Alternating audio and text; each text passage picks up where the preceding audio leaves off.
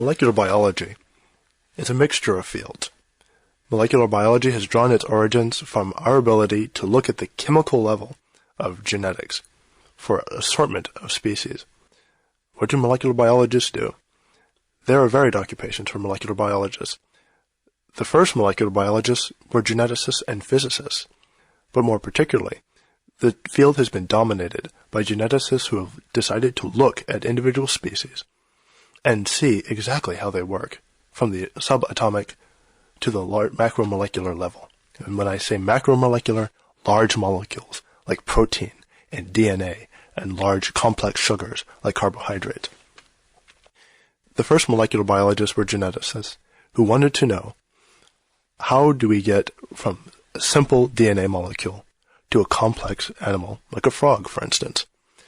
Most modern-day molecular biologists have moved beyond these very basic genetic questions and moved to studying how the individual components of the intracellular machinery of a complex organism interact with each other and how they cause the organism to function.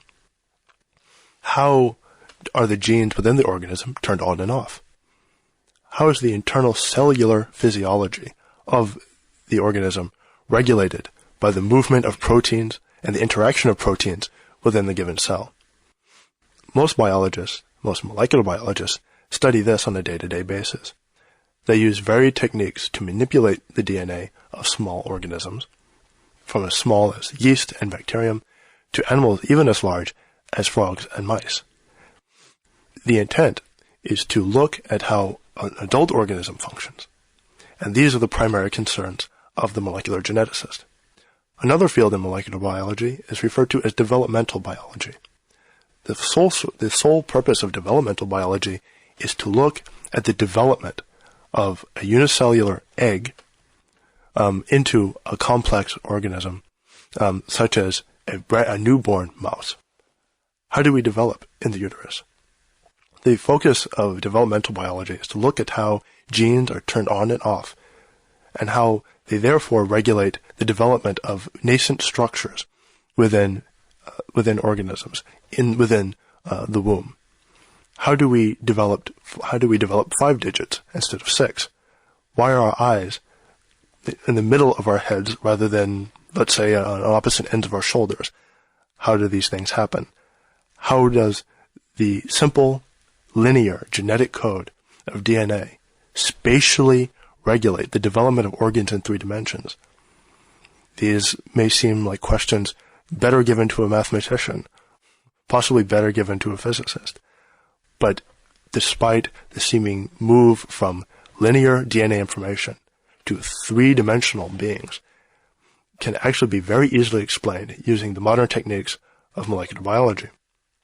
Yet another field involves biochemistry.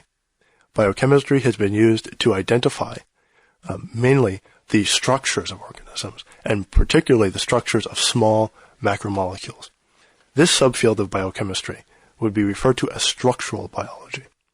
Structural biology finds its purpose in looking at how proteins, though seemingly all the same from a macromolecular standpoint, are very, very complicated, and their structure determines their function.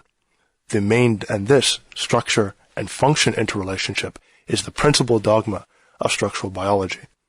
The way in which portions of a protein, when seen at the atomic level, a very, very complicated structure, how these mechanisms interact with one another can give us an explanation of how these proteins can act as enzymes, for instance. How do certain portions of the protein act as arms to potentially grasp a small chemical? And then yet another portion of the protein become involved in manipulating that chemical once it's in the grasp of the protein itself. Such structural biologists have also been interested in how DNA, considered just a very linear molecule, has twists and kinks, curves, structure in 3 dimensions, and how it, through changes in its structure, changes in its 3-dimensional structure, can interact with proteins, and how this is key to the regulation of physiology within the cell and within the simple organism in macro. The structural biologist has become more and more important as more and more companies and more universities become interested in manipulation through the use of small chemicals and through engineering of DNA through not merely restriction enzymes, which are used to cleave the DNA and manipulate it physically, but also through use of small chemicals that can intrude into the DNA and change the way it behaves at a physical level. The need to be able to look at these molecules at an atomic level is incredibly important. Yet another field within biochemistry, aside from structural biology, is virology. One is extremely concerned as to how viruses not only look, these items being addressed by both structural biologists and virologists, but also how they behave. A virus is not a living organism. It depends solely upon the physiology of the organism that it infects to replicate itself, to make copies of itself, to have its own physiology, unquote. Without a host organism, a virus is just a lump of protein with a little bit of DNA. But once it's actually associated with an organism, it's animated. So viruses have achieved a semi-living status within biology. Are they really alive? Are they really organisms in and of themselves? Are they symbiotes, which are organisms that depend on other organisms to survive? What are they? And this debate has raged, and there's a large amount of the study of viruses.